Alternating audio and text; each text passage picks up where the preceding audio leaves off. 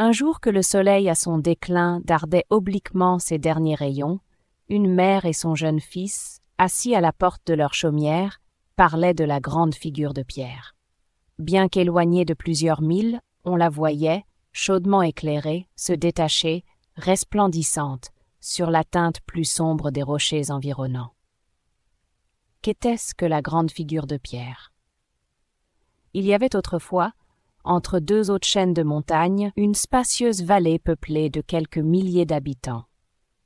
Les uns vivaient dans de pauvres huttes, situées au milieu des forêts silencieuses et sombres qui couvraient les versants abrupts de la montagne. D'autres en habitaient les premières croupes et le fond de la vallée dont ils cultivaient le sol plantureux. Il y en avait enfin qui s'étaient groupés en populeux villages, sur le cours impétueux d'une petite rivière qui, sortie des cimes neigeuses de la montagne et domptée par l'intelligente volonté de l'homme, rongeant son frein, blanc d'écume, faisait humblement tourner les machines de plusieurs filatures. Tous ces braves gens, bûcherons, cultivateurs, ouvriers, vivaient dans une respectueuse familiarité avec la grande figure de pierre. Le palladium de la vallée était une de ces œuvres qu'en un jour de majestueux enjouement, la nature se plaît à créer. Quelques rochers, en apparence jetés au hasard, sur un versant presque perpendiculaire de la montagne, prenaient, à une certaine distance, l'aspect d'un profil humain. On eût dit la figure d'un titan suspendu sur l'abîme. On voyait distinctement son front colossal élevé de 100 pieds, l'immense courbure de son nez et ses lèvres formidables qui, douées de la parole, eussent couvert les roulements du tonnerre. Si l'on approchait, la figure s'évanouissait, et l'on n'apercevait plus qu'un entassement de rochers monstrueux dignes de l'antique chaos. Mais en s'éloignant de nouveau, l'on voyait reparaître la merveilleuse figure, qui semblait sortir vivante de son cadre vaporeux. Selon la croyance populaire, c'était pour les enfants un heureux présage de grandir en contemplant la grande figure. La noblesse de ses traits et leur expression de majestueuse douceur semblaient le reflet d'un cœur chaud et généreux, embrassant dans un vaste amour l'humanité tout entière. La regarder était tout un enseignement. On croyait généralement que la vallée lui était redevable de sa fertilité, son regard bienveillant dissipant les nuées et versant sur elle, avec les rayons du soleil, de bienfaisants effluves. Au moment donc où commence ce récit, une mère et son jeune garçon assis à la porte de leur chaumière s'entretenaient en la regardant de la grande figure de pierre. L'enfant s'appelait Ernest. « Mère, disait-il, pendant que le gigantesque visage du titan semblait lui sourire, je voudrais l'entendre parler. Avec un regard si doux, sa voix doit être harmonieuse. Il me semble que si je voyais un homme qui lui ressemblât, je ne pourrais m'empêcher de l'aimer. Si la vieille prophétie doit un jour se réaliser, c'est un bonheur dont vous jouirez, mon fils. »« Quelle prophétie, chère maman ?» demanda curieusement Ernest. « Dites-la moi, je vous prie. » Alors la mère lui raconta cette légende qu'elle tenait de sa mère à elle, récit non d'un fait accompli, mais d'un fait à venir, et néanmoins si vieille que les Indiens, premiers habitants de la contrée, avaient entendu dire à leurs grands-parents que jadis leurs ancêtres l'avaient apprise par le murmure des ruisseaux et les soupirs du vent à travers le feuillage. Un enfant devait naître dans ces parages, dont la physionomie reproduirait les traits de la grande figure, et qui serait le plus grand, le plus noble et le plus vertueux de son époque. Les vieillards, comme les jeunes gens, avaient toujours une foi aussi vive dans cette vieille prophétie. D'autres, cependant, connaissant mieux le monde, s'étaient lassés d'attendre inutilement un homme qui, possesseur d'une telle physionomie, fût plus grand et meilleur que ses concitoyens, et en avaient conclu que la légende n'était en réalité qu'un conte à dormir debout. Toujours est-il que le grand homme n'avait point encore fait son apparition. « Ô mère, fit Ernest en joignant les mains, je puis donc espérer de le voir un jour ?» La mère, en femme tendre et avisée, comprit qu'il était plus sage de ne pas décourager le généreux espoir de l'enfant. Aussi se contenta-t-elle d'ajouter « Peut-être le verrez-vous, qui sait ?» Ernest n'oublia jamais l'histoire que sa mère lui avait racontée, et elle lui revenait à l'esprit toutes les fois qu'il regardait la grande figure de pierre. Son enfance s'écoula paisible dans la petite cabane où il était né. Il était soumis à sa mère, l'assistait de ses petites mains et plus encore de son cœur aimant et tendre. D'enfant heureux, quoique souvent pensif, il devint un sage garçon, doux, tranquille et discret. Son visage était bruni par les travaux des champs, mais son œil brillait d'un feu plus intelligent que celui des enfants de son âge, élevés dans les plus fameuses universités. Cependant, Ernest n'avait d'autre maître que la grande figure de pierre. Quand il avait fini son pénible labeur, il se plaisait à la considérer des heures entières, et, dans son extase, il s'imaginait qu'elle répondait par un sourire d'encouragement au regard respectueux qu'il jetait sur elle. Se trompait-il, ou la grande figure le regardait-elle avec une prédilection réellement marquée? Nous croirions volontiers que le jeune garçon savait y trouver ce que d'autres cherchaient en vain, et qu'ainsi cette bienveillance destinée à tous était réservée pour lui seul. Vers ce temps, le bruit courut dans la vallée que le grand homme annonçait depuis tant d'années et qui devait ressembler à la grande figure allait faire enfin son apparition.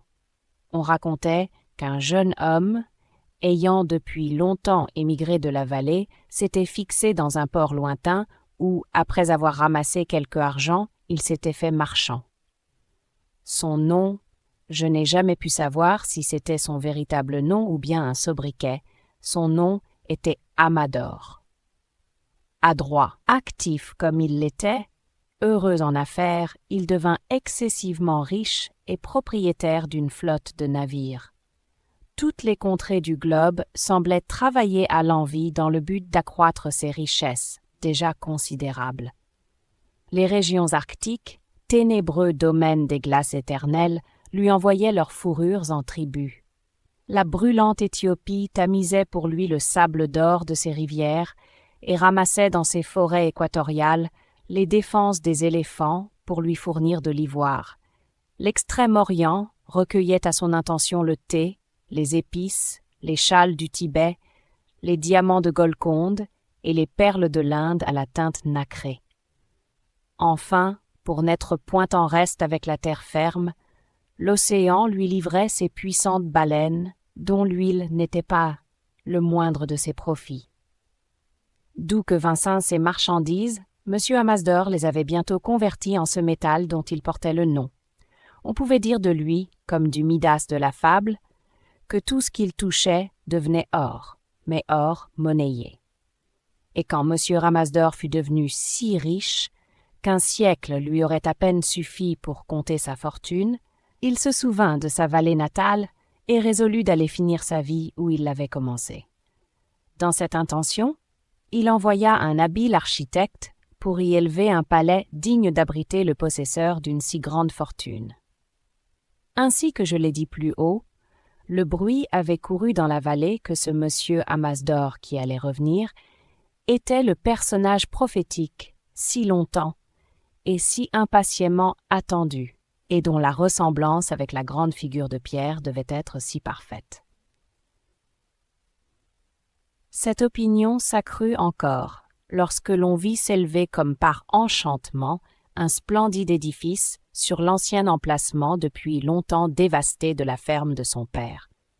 Ce palais, du marbre le plus blanc, surpassait en éclat les constructions de neige auxquelles, dans son enfance, M. Amador ne dédaignait pas de travailler de ses propres mains et qu'on avait de ce bien. Le portique, richement orné de magnifiques sculptures, était soutenu par de majestueuses colonnes et encadrait une large porte garnie de clous d'argent et faite d'un bois précieux venu de par-delà les mers. Les fenêtres étaient closes par des glaces sans teint d'une dimension extraordinaire et d'une si grande pureté qu'elle égalait, si elle ne la surpassait, la transparence de l'atmosphère. Personne, à la vérité, n'avait été admis à voir l'intérieur de l'édifice. Cependant, on prétendait qu'il était encore plus somptueux que l'extérieur, d'autant plus que le fer et le cuivre, ordinairement employés dans les demeures les plus luxueuses, étaient ici remplacés par des métaux précieux. La chambre à coucher de M. Amador était surtout si éblouissante, si étincelante, qu'un homme ordinaire n'eût pu s'y endormir. Mais son propriétaire était tellement habitué à la vue de l'or que peut-être ne pouvait-il plus fermer les yeux sans s'être rassasié de ces lueurs rutilantes. Au terme fixé, la nouvelle demeure fut achevée. Ce fut alors le tour des tapissiers qui apportèrent les plus riches tentures, puis une armée de serviteurs noirs et blancs venus en éclaireurs et qui annoncèrent la glorieuse arrivée de M. Amador pour le coucher du soleil. Cependant, notre jeune ami se sentait profondément ému en pensant que le grand homme, l'homme vertueux, l'homme de la prophétie, allait se manifester à sa vallée natale. Tout jeune qu'il était, Ernest savait que, possesseur d'une si grande fortune, M. Amador pouvait devenir pour ses compatriotes une providence aussi bienfaisante que le doux sourire de la grande figure de pierre. Rempli d'espérance et de foi, il ne douta pas un instant que ce que l'on disait ne fût vrai et qu'il ne dût bientôt contempler la vivante image des traits augustes de la montagne. Bientôt on entendit le roulement sourd d'un équipage qui s'approchait avec rapidité. « Le voici !» crièrent quelques personnes qui s'étaient rassemblées pour surveiller son arrivée. « Voici le grand Amador !» Une voiture traînée par 4 chevaux parut alors au tournant de la route. À la portière apparaissait la tête d'un petit vieillard dont le teint rappelait vaguement la couleur du métal dont il était si abondamment pourvu. On apercevait distinctement son front bas, étroit, ses yeux perçants et bridés, et ses lèvres fort minces, amincies encore par l'habitude qu'il avait de les serrer fortement l'une contre l'autre. « C'est l'exacte ressemblance de la grande figure, » cria-t-on de toutes parts. « Cela ne peut faire de doute. La prophétie est accomplie, et nous possédons enfin le grand homme. » Ernest ne disait mot, mais il cherchait en vain cette frappante ressemblance. Le hasard fit qu'une pauvresse, accompagnée de 2 petits-enfants, venus sans doute de quelque lointain pays, errait à quelques pas de là. Ils approchèrent au bruit de la voiture et tendirent instinctivement leurs mains amaigries, balbutiant quelque humble prière. Une griffe jaunâtre, celle-là même qui avait agrippé tant de richesses, sortit de la fenêtre du carrosse et laissa négligemment tomber à terre quelques pièces de cuivre. C'est éparpilleur de cuivre qu'il fallait vous appeler fastueux Amador. Et cependant la foule transportée criait d'aussi bonne foi qu'auparavant. Voici l'image de notre grande figure de pierre. Mais Ernest détourna tristement ses regards de ce visage sordide et ses yeux se portèrent lentement vers la vallée, où parmi les brumes dorées par le soleil, il pouvait encore distinguer l'admirable profil dont l'aspect seul le consola. Que lui disait cette bouche au bienveillant sourire? « Espère, enfant, garde ta foi, l'homme viendra. » Les années s'écoulèrent. Ernest entra dans l'adolescence.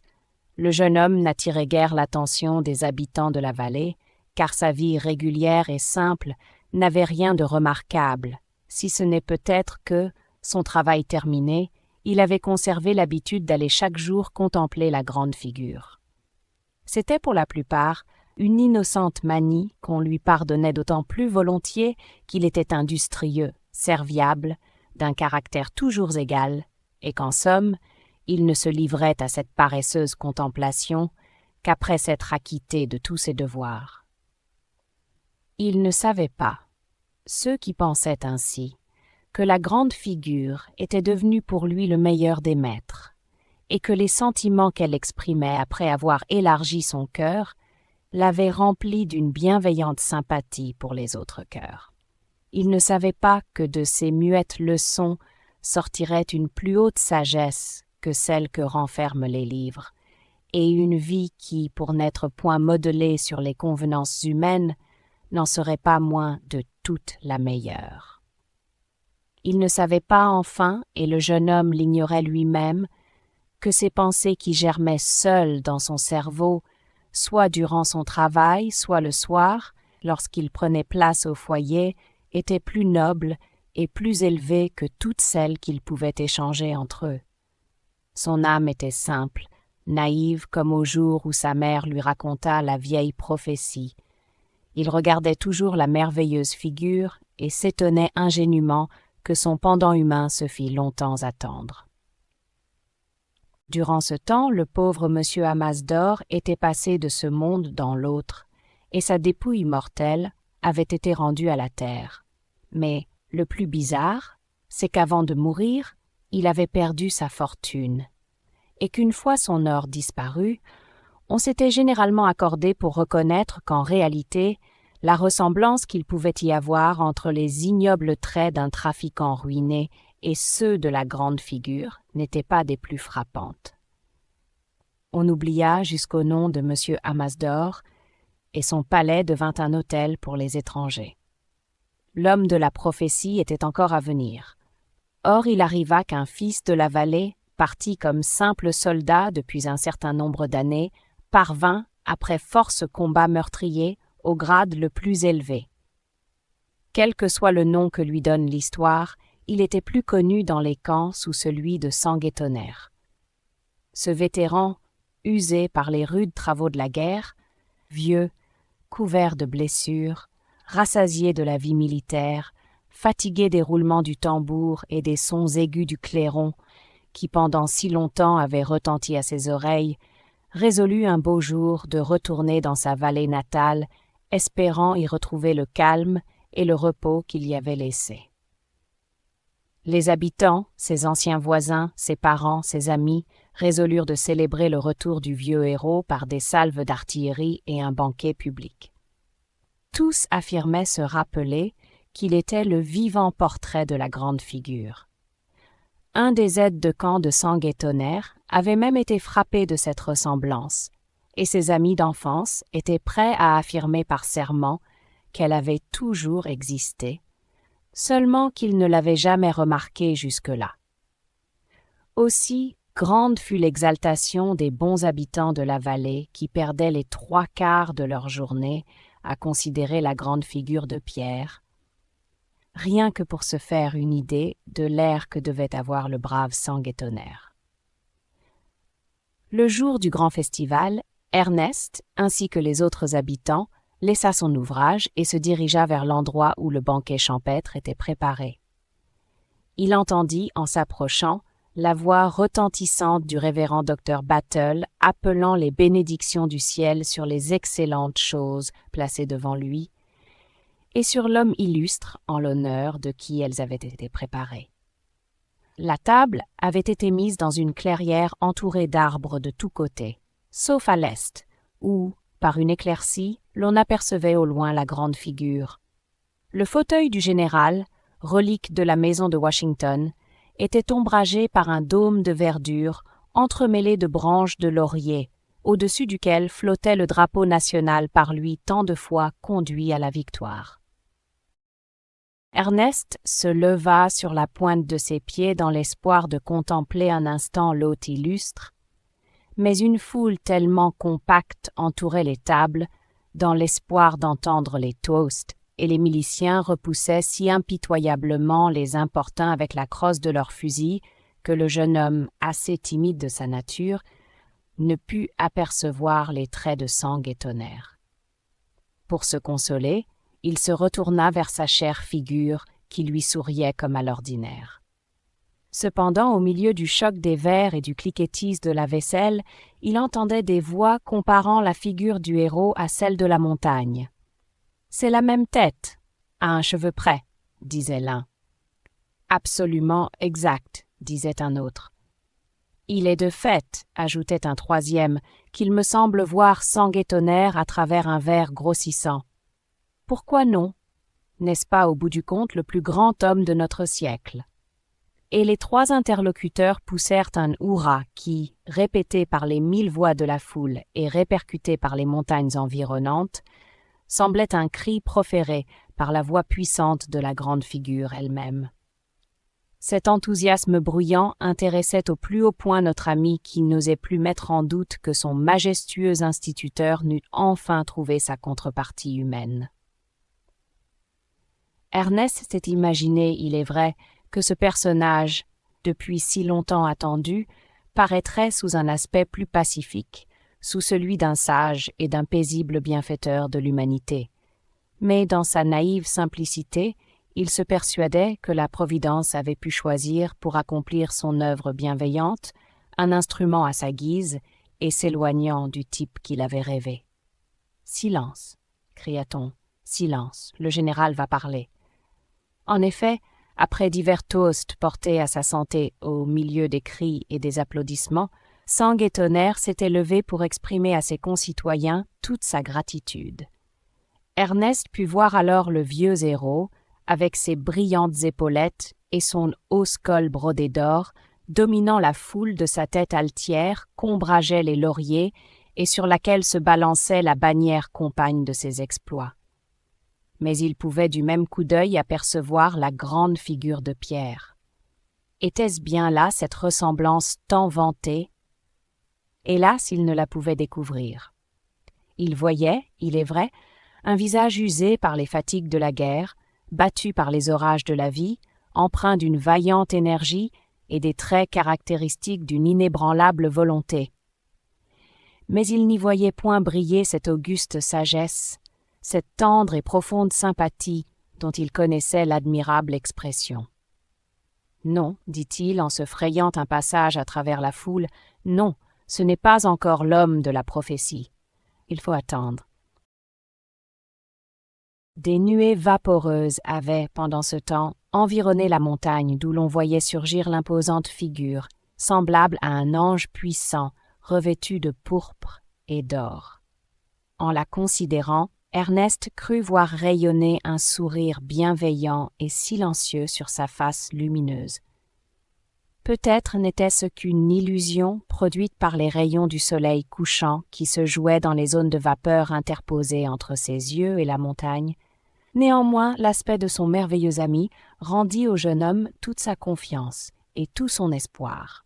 « Confiance !» lui disait une voix secrète, interprétant le sourire de l'oracle. « Confiance.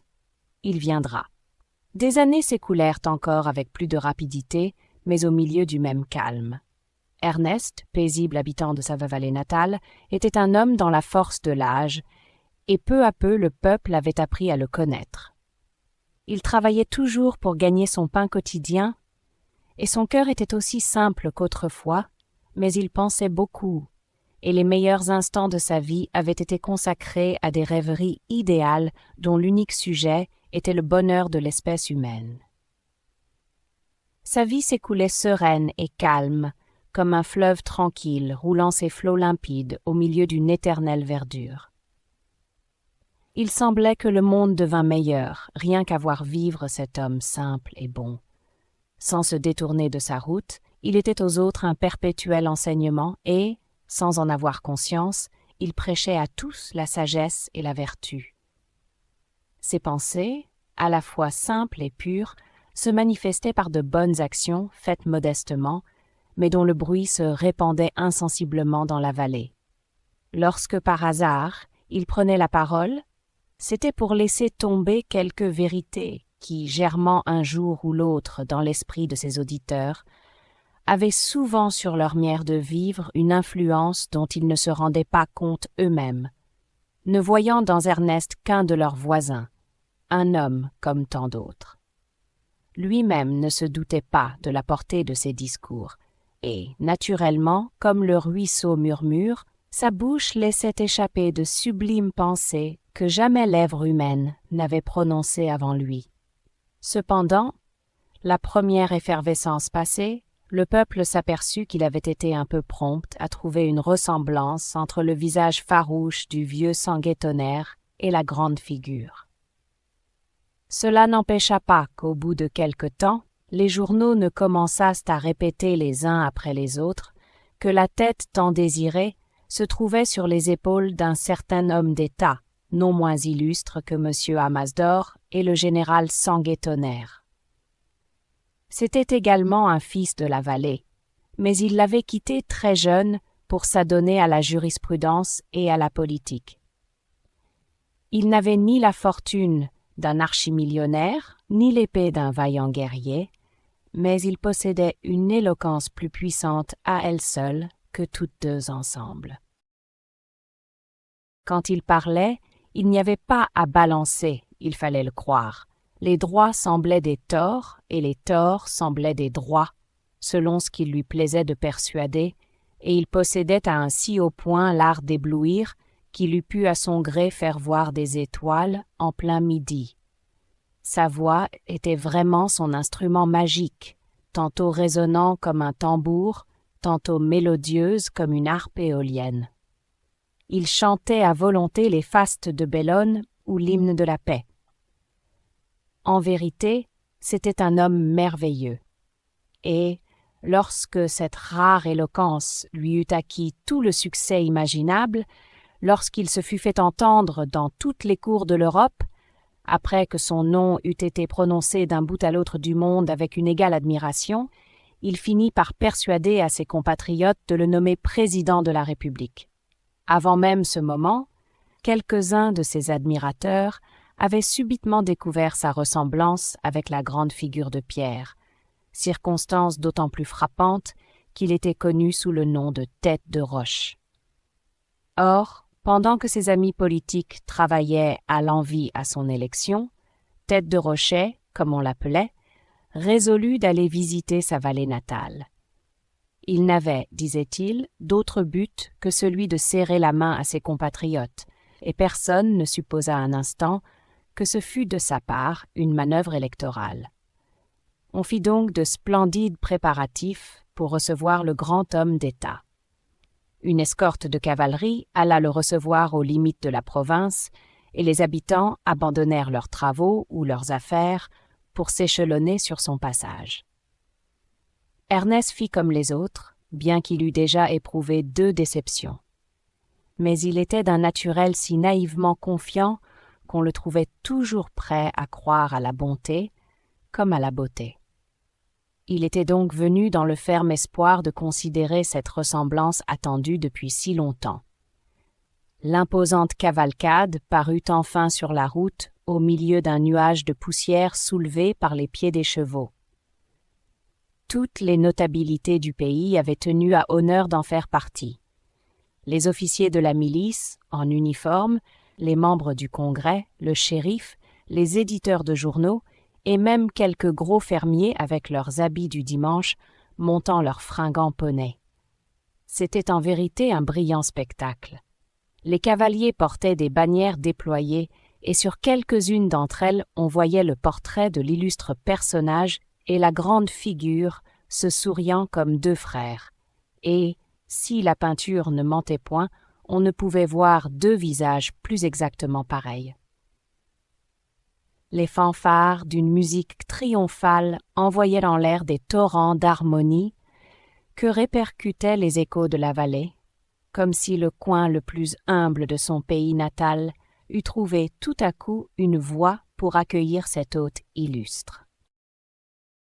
Mais l'effet produit par ce phénomène acoustique devenait réellement magique lorsque le son était renvoyé par les abîmes que dominait la grande figure. On eût dit alors que le colosse de pierre mêlait sa puissante voix au cœur triomphal pour saluer l'homme de la prophétie. Cependant, les chapeaux volaient en l'air, et l'enthousiasme devint si contagieux qu'Ernest jeta également son chapeau, et sans trop savoir pourquoi, sans même l'avoir vu, se mit à crier aussi fort que les autres. « Hurrah pour le grand homme! Hurrah pour Tête de Rocher !» Au milieu du cortège s'avançait, au pas de 4 magnifiques chevaux blancs, une voiture dans laquelle siégeait, tête nue, le fameux homme d'État. « Avouez, dit à Ernest un de ses voisins, que la grande figure et Tête de Rocher se ressemblent comme 2 jumeaux. » En effet, au premier aspect de cette physionomie souriante, saluant chacun du haut de la voiture, Ernest ne put s'empêcher de lui trouver quelque ressemblance avec la figure dont les traits lui étaient si familiers. C'était bien ce front élevé, proéminent, ces lignes sculpturales dont un titan semblait avoir fourni le modèle, mais il eût vainement cherché la majesté sublime, la divine sympathie qui transformait ses traits de granit en un être intelligent. Le feu sacré du génie manquait, ou s'était éteint dans l'œil profond du grand homme d'État. Il avait été remplacé par une expression de satiété suprême, telle qu'on la peut lire sur le visage d'un enfant trop grand pour ses jouets, ou sur celui d'un homme riche des dons les plus rares de l'intelligence, mais dont la vie s'écoule vide et inutile parce qu'il n'a pas appliqué ses puissantes facultés à un but noble et élevé. Cependant, le voisin d'Ernest, le poussant du coude comme pour l'interroger, « N'est-ce pas, lui dit-il, que c'est bien tout le portrait de l'homme de la montagne ?»« Non, » répondit brusquement Ernest, « je ne vois aucune ressemblance. »« Alors tant pis pour la grande figure, » reprit le voisin, qui se mit à vociférer de plus belle. Ernest se détourna tristement et presque avec désespoir, car de toutes ces déceptions, celle-ci était la plus cruelle. Il avait devant les yeux un homme qui aurait pu accomplir la prophétie et qui ne l'avait pas voulu. En même temps, la cavalcade, le cortège, la musique et les bannières disparurent dans un tourbillon de poussière. Et le nuage, se dissipant lentement, laissa voir la grande figure de Pierre qui, souriant à Ernest, semblait lui dire « Allons, courage, j'attends depuis plus longtemps que toi, et cependant ma confiance est la même. Espère donc, l'homme viendra. » Le temps, cependant, précipitait sa course, et les années, s'accumulant sur sa tête, blanchirent sa noire chevelure et tracèrent des rides vénérables sur son front. C'était maintenant un vieillard dont les sages pensées surpassaient en nombre les fils d'argent qui croissaient sur sa tête. Les rides mêmes qui se croisaient sur sa respectable figure semblaient des inscriptions gravées par le temps et dans lesquelles on eût pu déchiffrer les maximes de cette sagesse que lui avait apporté les années. En même temps, Ert était sorti de son obscurité. La renommée, qu'il avait si peu désirée, était venue le trouver, et son nom était célébré bien au-delà des limites de cette vallée dans laquelle il était resté confiné. Des professeurs, des gens de tout état, venaient souvent de fort loin pour causer avec lui, sur le bruit qui courait que ce pauvre laboureur avait sur toute chose des idées différentes de celles des autres hommes, et qu'il n'avait pas puisées dans des livres.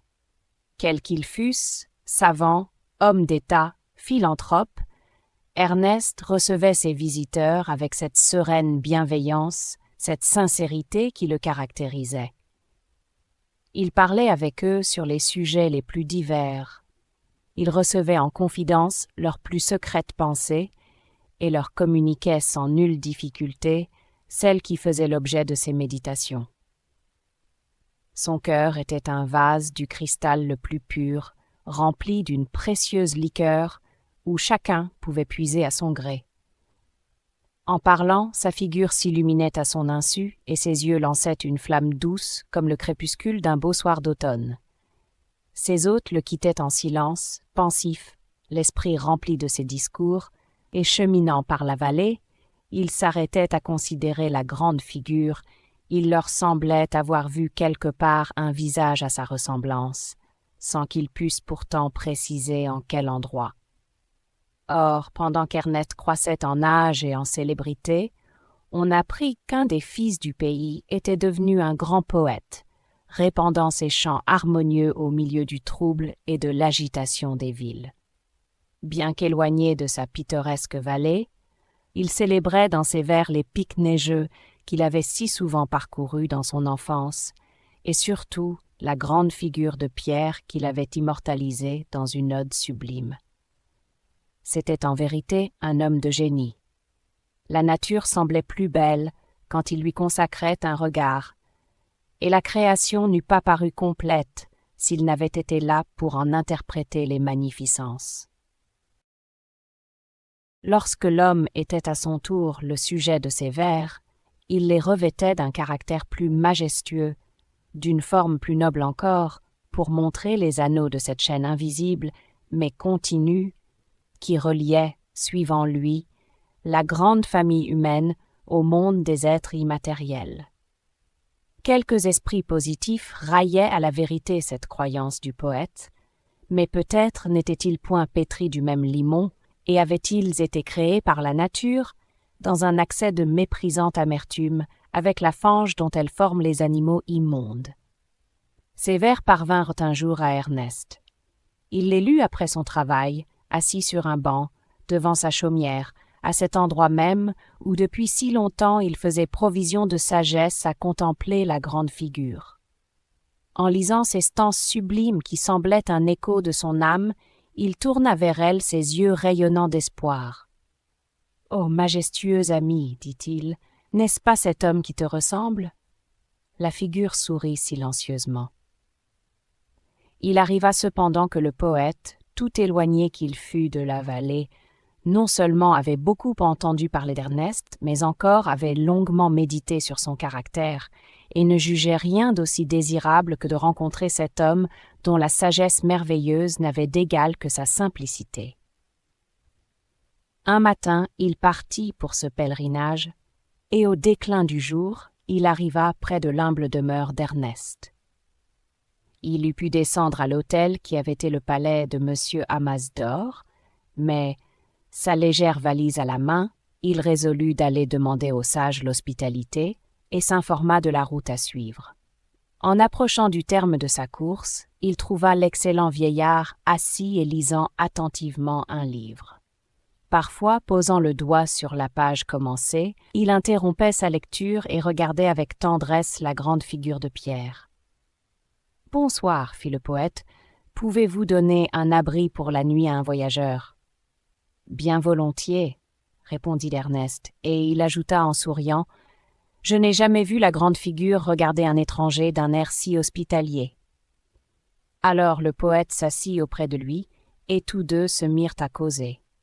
Souvent le poète s'était entretenu avec des hommes plus spirituels ou plus instruits, mais dans aucun cas il n'avait rencontré cette éloquence naturelle qui rendait, pour ainsi dire, familières les vérités de l'ordre le plus élevé, à force de franchise et de simplicité. De son côté, Ernest était à la fois ému et doucement agité des vivantes images que créait l'imagination du poète, et qui, mélancoliques ou consolantes, mais toujours empreintes d'une radieuse beauté, voltigeaient autour de sa cabane.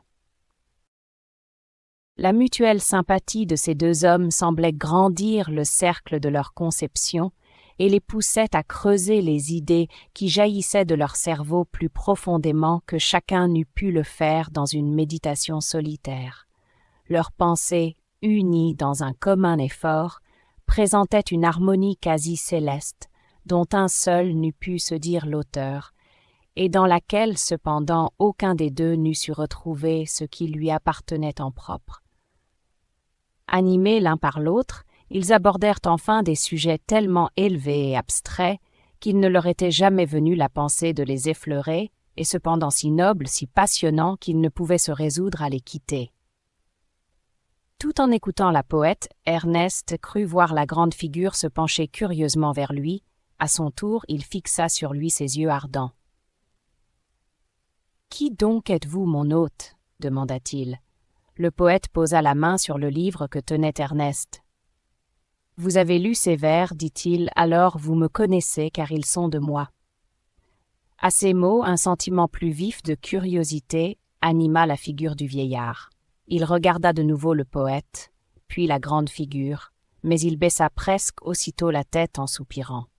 « Pourquoi semblez-vous triste ?» demanda le poète. « Parce que, répondit Ernest, durant toute ma vie, j'ai attendu l'accomplissement de la prophétie, et qu'en lisant ces vers, j'avais espéré que vous pourriez la remplir. »« Vous espériez, dit le poète avec un faible sourire, vous espériez que je ressemblerais à la grande figure de Pierre, et vous êtes désabusé comme vous l'avez été autrefois avec M. Amasdor, le vieux sanguet-tonnerre et tête de rocher. Il devait en être ainsi, Ernest. Vous devez ajouter mon nom à ceux de ces illustres personnages et vous résigner à cette nouvelle déception. Car, croyez-en ma tristesse, je ne suis pas digne ami, d'avoir pour type cette image si grandiose et si douce. « Et pourquoi ?» demanda le vieillard en montrant le livre. « Ne sont-ce point-là de divines pensées ?»« Il est possible, dit le poète, qu'elles aient ce caractère, et qu'on puisse entendre en elles comme un lointain écho des cœurs célestes. Mais ma vie n'a pas répondu à l'excellence de mes pensées. J'ai fait de beaux rêves, mais je n'ai pas su les réaliser, parce que je n'ai pas conformé mes actes à mes idées. Quelquefois même, oserais-je vous l'avouer, j'ai manqué de foi dans ces principes éternels dont je me suis fait, dans mes œuvres, le plus fervent apôtre. C'est donc à tort, chercheur infatigable du bon et du vrai, que tu voulais trouver en moi l'image de la figure. » Et les yeux du poète se remplirent de larmes, et ceux d'Ernest étaient également obscurcis par des pleurs. Le soleil touchait au terme de sa course.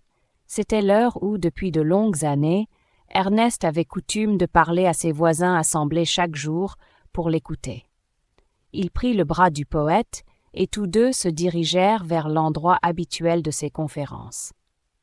C'était un petit vallon, formé par la rencontre de plusieurs collines et terminé par un rocher, dont les parois abruptes étaient cachées au moyen de plantes grimpantes qui en déguisaient les anfractuosités sous un épais tapis de verdure.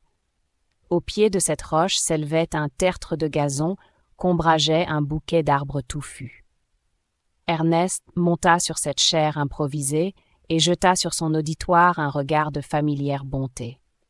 Tous attendaient, assis ou étendus à leur guise sur l'herbe drue et fraîche du vallon. Le soleil, près de disparaître, lançait ses derniers rayons à travers les arbres du bocage, et sa lumière ne pénétrait dans cet endroit champêtre que tamisé par leur feuillage épais. Par l'ouverture du vallon, la grande figure souriait à cette scène à la fois joyeuse et solennelle. Ernest parla et dit simplement à ses auditeurs ce que lui dicta son cœur.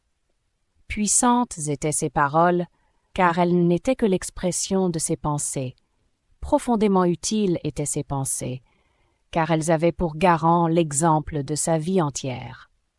Ce n'étaient point de vains mots qui s'échappaient des lèvres de l'orateur, mais des paroles de vie et d'amour, breuvage plus riche que si toutes les perles d'Orient y eussent été dissoutes. Le poète, en l'écoutant, sentit que le caractère d'Ernest dépassait en poésie ses œuvres les plus sublimes. Les yeux brillants de larmes, il contempla respectueusement cet homme de bien et se dit en lui-même que jamais figure de prophète n'avait égalé cette physionomie bienveillante et doucement méditative avec sa couronne de cheveux blancs.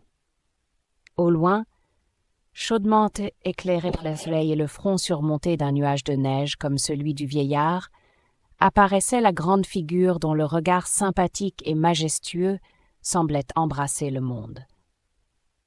En ce moment même, comme transfiguré par la grandeur de ses pensées, le visage d'Ernest offrait une expression de bonté tellement divine que le poète, poussé par une force irrésistible, tendit les mains vers lui en s'écriant « Voyez, voyez tous, Ernest est l'image frappante de la grande figure de Pierre. » Alors tout le peuple regarda et vit que le poète disait vrai. La prophétie était accomplie. Mais Ernest, ayant achevé ce qu'il avait à dire, reprit le bras du poète et s'achemina lentement vers son humble maison. Il espérait encore qu'un homme viendrait un jour, plus sage et meilleur que lui, et qui ressemblerait à la grande figure de Pierre.